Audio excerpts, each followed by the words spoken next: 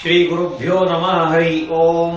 ಶ್ರೀಧರ ಸ್ವಾಮಿಗಳ ಜನ್ಮ ವೃತ್ತಾಂತವನ್ನ ಅಥವಾ ಚರಿತ್ರೆಯನ್ನ ಹೇಳ್ತಾ ಇದ್ದೆ.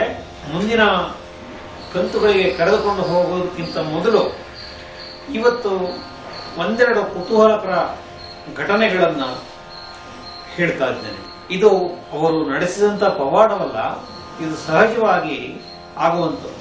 ಅಂದರೆ ಮಹಾತ್ಮರು, ಸಾಧಕರು, ಸಿದ್ಧ ಪುರುಷರು ಅಂತ ಯಾರು ಹೇಳ್ತೇವೆ ನಾವು, ಅಂತವರು ಸಾಧನೆಯನ್ನ ಮಾಡಿ ಒಂದು ಹಂತಕ್ಕೆ ತಲುಪಿದಾಗ ಏನಾದರೂ ಒಂದು ವಿಷಯವನ್ನ ಅವರ ಮನಸ್ಸಿಗೆ ತೆಗೆದುಕೊಂಡ್ರೆ ಅದು ನಡೆದು ಹೋಗ್ತದೆ. ಯಾವುದೋ ಒಂದು ಸಂಕಲ್ಪ ಹೀಗೆ ಆಯ್ತು ಅಂತ ಆದ್ರೆ, ಅಥವಾ ಯಾವುದೋ ಒಂದು ವಿಷಯದ ಮೇಲೆ ಹೀಗಿದ್ದಿದ್ರೆ ಅಂತ ಅವರಿಗೆ ಅನಿಸ್ಬಿಟ್ರೆ ಅದು ಘಟಿಸಿ ಹೋಗ್ತದೆ, ನಡೆದು ಹೋಗ್ತದೆ ಅನ್ನೋದನ್ನ ನಾವು ಇಲ್ಲಿ ಕಾಣಬಹುದು. ಸಾಗರ ಪ್ರಾಂತದಲ್ಲಿ ಶ್ರೀಧರ ಸ್ವಾಮಿಗಳು ಆಗ ತಿರುಗಾಡ್ತಾ ಇದ್ರು. ಸಾಗರದಲ್ಲಿ ಒಂದು ಹಳ್ಳಿಗೆ ಭಿಕ್ಷಕ್ಕೆ ಅಂತ ಮಧ್ಯಾಹ್ನ ಅವ್ರನ್ನ ಕರ್ಕೊಂಡು ಹೋಗಿದ್ರು. ಪಾದಪೂಜೆ, ಭಿಕ್ಷಾ ಎಲ್ಲವೂ ಆಗಿ ಅವರು ಬಂದ ಭಕ್ತರಿಗೆ ತೀರ್ಥವನ್ನು ವಿತರಿಸ್ತಾ ಇದ್ರು. ಎಲ್ಲರಿಗೂ ಕೊಡುವಾಗ ಆ ಮನೆಯ ಯಜಮಾನಿ, ಆ ಹೆಂಗಸು, ಆ ಮಹಿಳೆ ಬಂದು ಸ್ವಾಮಿಗಳಲ್ಲಿ ತೀರ್ಥಕ್ಕೆ ಕೈಯೊಡ್ಡಿದಾಗ ಅವಳ ಕಣ್ಣಲ್ಲಿ ನೀರು ಜಿನುಗುತ್ತಾ ಇತ್ತು. ಯಾಕೆ ಹೇಳ್ತಾ ಇದೀಯ ಅಂತ ಗುರುಗಳು ಕೇಳ್ತಾರೆ.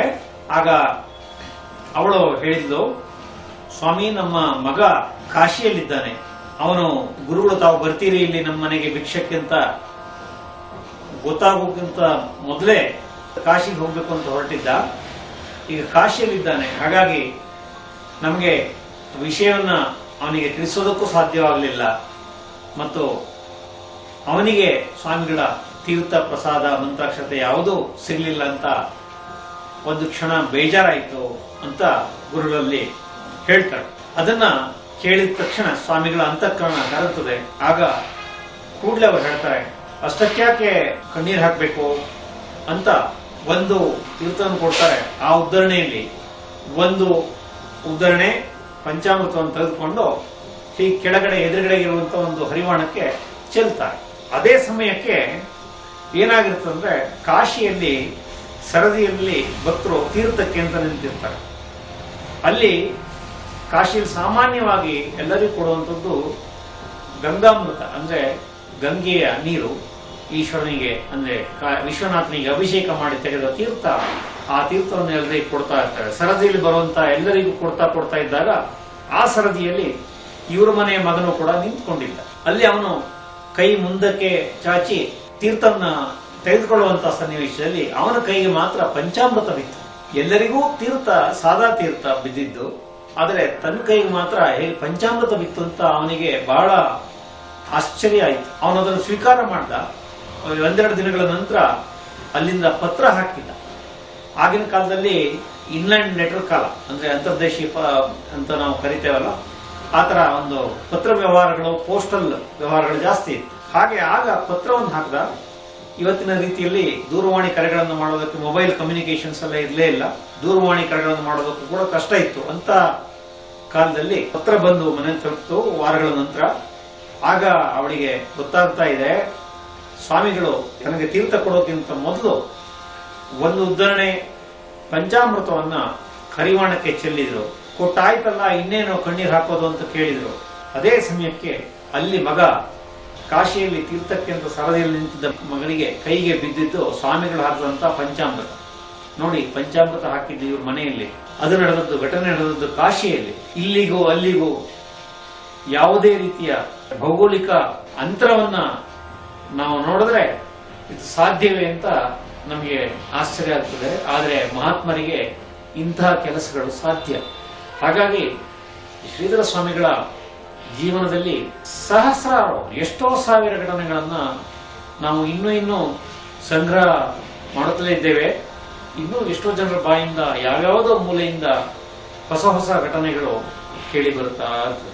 ಇನ್ನೊಂದು ಘಟನೆಯನ್ನ ನಾನೀಗ ಹೇಳಬೇಕು. ಸ್ವಾಮಿಗಳು ಹೊನ್ನಾವರ ತಾಲೂಕಿನ ಕರಿಕಾನ್ ಪರಮೇಶ್ವರಿ ದೇವಸ್ಥಾನವನ್ನ ಆಗ್ಲೇ ಕಟ್ಟಿ ಮುಗಿಸಿದ್ರು. ಅದು ಊಹಾತೀತವಾಗಿತ್ತು. ಅಂದ್ರೆ ದಟ್ಟ ಕಾಡಿನ ನಡುವೆ ಒಂದು ದೊಡ್ಡ ಪರ್ವತ ಹೇಗೆ ಕೊಡಚಾದ್ರಿ ಇದೆಯೋ ಅದೇ ರೀತಿಯಲ್ಲಿ ಉತ್ತರ ಕನ್ನಡದಲ್ಲಿ ಅದು ಕರಿಕಾನ್ ಪರಮೇಶ್ವರಿ ಬೆಟ್ಟ ಅಂತಲೇ ಹೆಸರು, ಅದಕ್ಕೆ ಬೇರೆ ಹೆಸರೇ ಇಲ್ಲ. ಆ ಕಾಡಿನ ಮಧ್ಯದಲ್ಲಿ ಆ ಕಾಲದಲ್ಲಿ ಕಾಲು ದಾರಿ ಬಿಟ್ರೆ ಸರಿಯಾಗಿ ವಾಹನಗಳು ಸಂಚಾರ ಮಾಡೋದಕ್ಕೆಲ್ಲ ದಾರಿ ರಸ್ತೆ ಅಂತ ಇರಲೇ ಇಲ್ಲ. ಅಂತ ಕಾಲಘಟ್ಟದಲ್ಲಿ ಅಲ್ಲಿಗೆ ಸಾಮಾನು ಸರಂಜಾಮುಗಳು, ಕಟ್ಟಡಕ್ಕೆ ಬೇಕಾಗುವಂತಹ ಸಾಮಗ್ರಿಗಳು ಪೂರೈಕೆ ಆದರೂ ಕೂಡ ಕಟ್ಟಡವನ್ನು ನಿರ್ಮಿಸುವುದು ತುಂಬಾ ಕಷ್ಟ ಇತ್ತು. ಅಂತ ಸನ್ನಿವೇಶದಲ್ಲಿ ಅಲ್ಲಿನ ಜನತೆ ಸ್ವಾಮಿಗಳನ್ನು ಕೇಳಿಕೊಂಡಿದ್ರು, ಹೀಗೆ ಒಂದು ಕಟ್ಟಡ ಮಾಡಬೇಕು ಮತ್ತು ಶಿಖರವನ್ನು ನಿರ್ಮಾಣ ಮಾಡಬೇಕು, ಆ ದೇವಸ್ಥಾನದ ಶಿಖರ ಕಲಶಾರೋಹಣ ಮಾಡಬೇಕು, ಅದು ತಾವೇ ಮಾಡಿಕೊಡ್ಬೇಕು. ಯಾಕೆಂದ್ರೆ ನಾವೆಲ್ಲ ಇದಕ್ಕಿಂತ ಪ್ರಯತ್ನಿಸಿ ನೋಡ್ತಾ ಇದ್ದಾಗ ಆಗ್ತಾನೆ ಇಲ್ಲ, ವ್ಯವಸ್ಥೆನೇ ಆಗ್ತಾ ಇಲ್ಲ.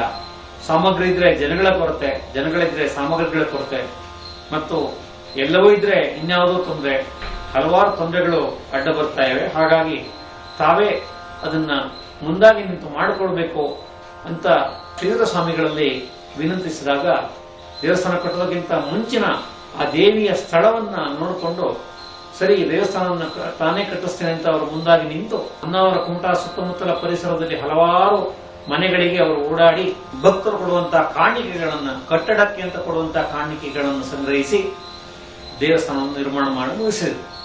ಆ ಕಾಲದಲ್ಲಿ ಇದೊಂದು ಅದ್ಭುತವೇ. ಅಂತ ಒಂದು ಕಾರ್ಯ ಆಗಿದ್ದನ್ನು ನೋಡಿ ಮುರುಡೇಶ್ವರದ ಅರ್ಚಕರು ಮತ್ತು ಅಲ್ಲಿ ಆಡಳಿತದವರು ಏನಿದ್ದಾರೆ ಆಗಿನ ಕಾಲದಲ್ಲಿ ಅವರು ಸ್ವಾಮಿಗಳನ್ನು ಭೇಟಿ ಮಾಡಿದರು. ಸ್ವಾಮಿ ನೋಡಿ, ಇದು ಕೆಳದಿಯ ವಂಶಸ್ಥರು ಯಾರೋ ಕಟ್ಟಿಸಿದ ಹಳೆಯ ದೇವಸ್ಥಾನ ಹರಿದು ಬೀಳ್ತಾ ಇದೆ, ಕುಸಿದು ಬೀಳ್ಲಿಕ್ಕಾಗಿದೆ, ಸೋರ್ತಾ ಇದೆ. ಹಾಗಾಗಿ ಮುರುಡೇಶ್ವರನ್ನು ಕೂಡ ತಾವು ನಿರ್ಮಾಣ ಮಾಡಿಕೊಟ್ರೆ ಭಾರಿ ಅನುಕೂಲವಾಗ್ತಿತ್ತು. ಯಾಕೆಂದ್ರೆ ಸನ್ಯಾಸಿಗಳು ಅಂದ್ರೆ ಜನರು ವಿಶ್ವಾಸದಿಂದ ಕಾಣಿಕೆಗಳನ್ನು ಕೊಡ್ತಾರೆ. ದೇವಸ್ಥಾನಕ್ಕೆ ಅಂತ ಸನ್ಯಾಸಿಗಳು ಕೇಳಿದಾಗ ತಮ್ಮಿಂದ ಆದಷ್ಟು ಹೆಚ್ಚಿನ ಕಾಣಿಕೆಗಳನ್ನು ಕೊಡ್ತಾರೆ. ಹಾಗಾಗಿ ತಾವೇ ಇದನ್ನ ಮಾಡಿಕೊಟ್ರೆ ತುಂಬಾ ಅನುಕೂಲ ಆಗ್ತಾ ಇತ್ತು ಅಂತ ಸ್ವಾಮಿಗಳಲ್ಲಿ ವಿನಂತಿ ಮಾಡಿಕೊಂಡ್ರಂತೆ.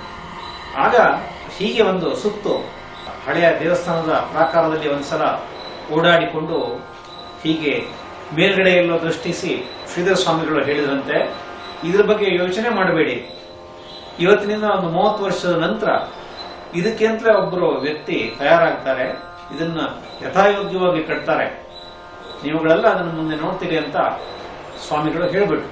ಅದಾದ ಸರಿಯಾದ 30 ವರ್ಷಗಳ ನಂತರ ಇವತ್ತು ನಾವೇನು ಮುರುಡೇಶ್ವರದಲ್ಲಿ ಕಟ್ಟಡವನ್ನು ನೋಡ್ತೇವೆ, ದೇವಸ್ಥಾನವನ್ನ, ಅದನ್ನ ಅಲ್ಲಿನ ಪ್ರಸಿದ್ಧ ಕಾಂಟ್ರಾಕ್ಟರ್, ಕಟ್ಟಡ ನಿರ್ಮಾಪಕರು ಆದಂತ RN ಶೆಟ್ಟಿಯವರು ಇವತ್ತು ಕಟ್ಟಿ ಲೋಕಾರ್ಪಣೆ ಮಾಡಿದ್ರು.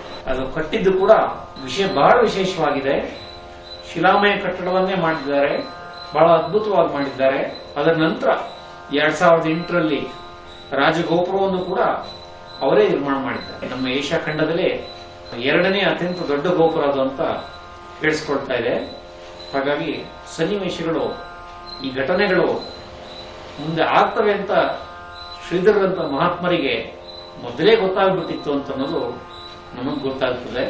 ಹಾಗಾಗಿ ಶ್ರೀಧರರು ಯಾರೋ ಅಂತನ್ನೋಕ್ಕಿಂತ ಮೊದಲೇ ಶ್ರೀಧರರ ಬಗ್ಗೆ ಇವೆರಡು ಘಟನೆಗಳನ್ನ ಇವತ್ತಿನ ಒಂದು ಸಂಚಿಕೆಯಲ್ಲಿ ತಮಗೆ ತಿಳಿಸಿಕೊಟ್ಟಿದ್ದೇನೆ. ಧನ್ಯವಾದಗಳು. ನಮಸ್ಕಾರ.